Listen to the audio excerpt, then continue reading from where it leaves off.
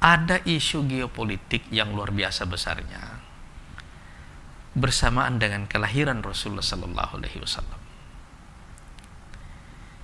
Seperti yang saya katakan tadi, begitu lahir ini ada pasukan Abraha, pasukan gajah yang datang menyerang Mekah, dan Mekah tidak berdaya.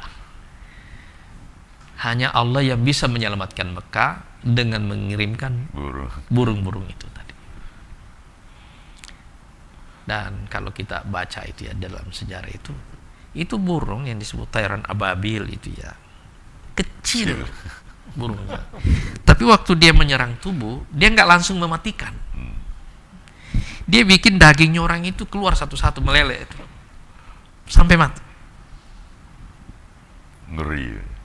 Ngeri betul. Jadi dan itu kan membuat orang di musyrikin di Mekah itu menyaksikan peristiwa itu.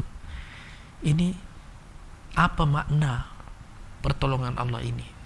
Ternyata itu adalah rahmat pertama dari kelahiran Rasulullah Sallallahu Alaihi Wasallam buat mereka itu. Satu. Waktu beliau diangkat menjadi nabi,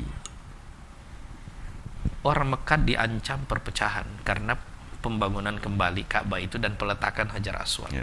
Beliau yang menjadi solusinya, melibatkan semua kabilah untuk memasang kembali Hajar Aswad itu.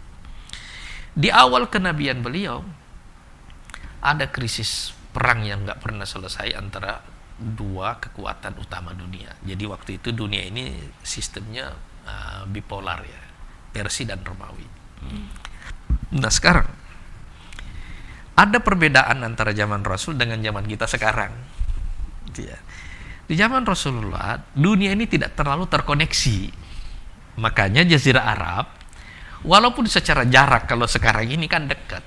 Kalau kita terbang dari Saudi, dari Medina misalnya, Jeddah ke Syria misalnya, itu sekitar 2 jam pesawat. Ya ke Iran kira-kira juga sama lah itu. 2 jam pesawat itu kira-kira kan sekitar 2000-an kilo lah kira-kira gitu kan. Ya di sini kira-kira Jakarta Medan ya. Kira-kira Jakarta Medan gitu. Secara jarak kalau sekarang ini dekat, tapi waktu itu jauh. Makanya dua kerajaan ini, imperium ini saling berperang, tapi nggak ada yang bisa mengakses Jazirah Arab. Kenapa? Gurun. Satu, nggak ada sumber dayanya, populasinya kecil gitu ya. Tapi memang ini terhubung oleh ke aktivitas perdagangan. Cuma dia tidak jadi pusat perdagangan di situ gitu loh, Pak. Nah, dalam waktu yang tidak lama, tiba-tiba Islam ini menjadi kekuatan utama dunia. Pertempuran antara Islam dengan Persia itu cuma berlangsung 20 tahun. Tapi dari 20 tahun ini, 4 tahun diantaranya yang paling pokok. Kira-kira dari tahun ke-13 Hijriah sampai tahun 16 Hijriah itu. Persia hilang dari peta. Hilang. Tinggal Islam dan Romawi. Tapi tampaknya dengan Romawi ini Allah mentakdirkan ini perang sampai ini istilahnya sampai hari kiamat ini. Pertarungan ini. Kenapa? Karena dalam salah satu hadis tentang tanda-tanda kiamat itu Rasulullah SAW mengatakan taqumus sa'atu warrumu aktsarun nas. Hari kiamat nanti akan terjadi dan orang Romawi itu yang populasinya paling banyak. Berarti ini nggak selesai urusan kita sama Romawi ini sampai hari kiamat. Iya kan? Nah, sekarang apa yang bisa kita pelajari dari situ? Perbedaan besarnya adalah bahwa dunia kita sekarang ini terkoneksi. Dulu bumi ini berapa lama sih bisa dikelilingi, orang kan nggak kebayang. Kalau sekarang dengan pesawat komersial cuma 52 jam. Jadi dunia ini dengan teknologi, transportasi dan telekomunikasi ini terkoneksi jadi kecil sekali gitu ya. Oleh karena itu kita perlu mencari jalan. Bagaimana caranya kita membawa kekuatan agama ini yang bisa membantu menyelesaikan persoalan umat manusia yang sekarang ini begitu terkoneksi. Tidak ada alasan untuk menjadikan Islam ini sebagai outsider. Dia harus dibawa ke dalam, bergulat di dalam. Agama ini harus kita bawa menjadi solusi bagi mereka itu. Adapun pilihan akidahnya nanti, biarlah Allah yang menentukan. Itu kan soal hidayah ya. Kita tidak bisa ikut menentukan di situ. Tetapi kita bisa menghadirkan agama ini sebagai solusi bagi kehidupan manusia gitu loh. Dan ini yang membuat saya bisa menerima penjelasan dari salah seorang ulama sekarang ini, ulama besar di dunia Islam ini, yang mengatakan bahwa dalam janji Rasulullah Sallallahu Alaihi Wasallam tentang pembebasan Romawi itu ada 2 tahap. Tahap pertama sudah terlaksana 700 tahun setelah Rasulullah menjanjikan itu, yaitu Fathul Konstantinia, ya kan? Konstantinopel itu kan dibebaskan tahun 1453 ya, kalau salah. Jadi selain 7 abad lah. Nah, sekarang ada bagian Romawi yang kedua. 7 abad lagi.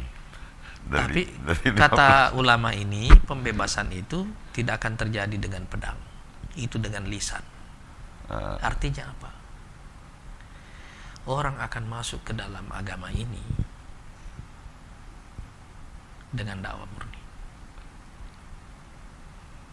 Bukan lagi dengan perang. Ini dengan lisan maksudnya itu. Sekarang coba kita lihat. Seperti yang saya katakan tadi, Anda akan kembali ke agama dengan satu dari 2 cara. Satu dengan kesadaran, yang kedua dengan keterpaksaan. Bencana, masalah, problematika yang rumit membuat orang terus-menerus mencari ilham. Dan semakin orang mencari ilham, orang akan ketemu jawabannya dalam agama itu. Makanya saya tidak pernah merasa minder membawa pesan agama ini dalam kehidupan nyata sehari-hari, tanpa kita perlu terlalu merendahkan yang lain, karena Islam juga menerima semua produk akal manusia. Kita tidak perlu lagi membenturkan. Dan menurut saya era di mana sains itu melawan agama itu sudah lewat, selesai ini, era ini. Sekarang ini akan berjodoh antara sains dengan agama. Orang akan mencari satu jalan hidup baru. Bagaimana caranya kita hidup dengan populasi yang sangat besar di dunia ini, terkoneksi sedemikian rupa, tapi bisa tetap damai, tidak ada ketimpangan ekonomi, kita bisa berhubungan secara agama, lebih baik.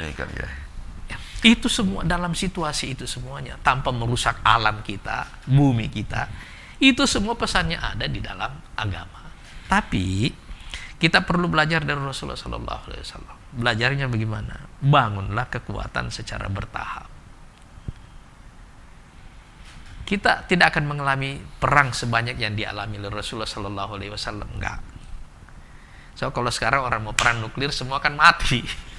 Akhirnya semua senjata berat ini hanya mungkin akan dipakai sebagai kekuatan deterrence, pencegah. Untuk memaksa orang ke meja perundingan dan berbicara. Iya kan? Nah, karena itu sekarang tugas kita apa yang kita pelajari dari situ? Bangunlah kekuatan secara real. Dan saya kira apa yang kita lakukan sekarang di Partai Gelora ini adalah langkah itu. Kita bangun kekuatan kita secara real, tapi kekuatan ini akan kita pakai untuk menyampaikan pikiran-pikiran ini yang bisa menyelamatkan kehidupan kita semuanya bagi umat manusia sekarang. Apa yang ide yang kita bawa sebenarnya? Saya tidak membayangkan bahwa Indonesia akan mengalahkan Amerika secara militer, secara ekonomi. Enggak akan begitu nanti polanya, enggak. Kita akan bergaul sama-sama, dan orang kita akan saling melihat. Kita duduk sama-sama. Kita harus punya kekuatan tertentu yang membuat kita bisa duduk sama-sama. Setelah kita duduk sama-sama, dia mungkin lebih kuat dari kita secara ekonomi, secara teknologi, secara militer. Tapi dia akan melihat satu model kehidupan yang lain. Model kehidupan lain inilah yang menjadi kekuatan utama kita itu. Kok bisa orang sebanyak itu sejahtera, tidak ada ketimpangan di dalamnya? Di negara itu sejahtera juga, cuma orang miskinnya juga banyak. Sangat kayanya sangat banyak. Ini kan soal model. Iya kan? Kok bisa orang di sini bebas, tapi juga damai? Kan itu yang susah dipertemukan semua kan. Antara kebebasan dan juga kedamaian, stabilitas, kan itu. Sehingga orang selalu terpaksa harus memilih stabilitas dulu, bebas belakangan. Iya kan? PRRC. Iya. Jadi kan ini kan model kan. Bisa nggak kita menggabungkan itu semuanya dalam satu model kehidupan? Dan menurut saya model kehidupan inilah yang akan menjadi kekuatan utama kita nanti di Indonesia itu.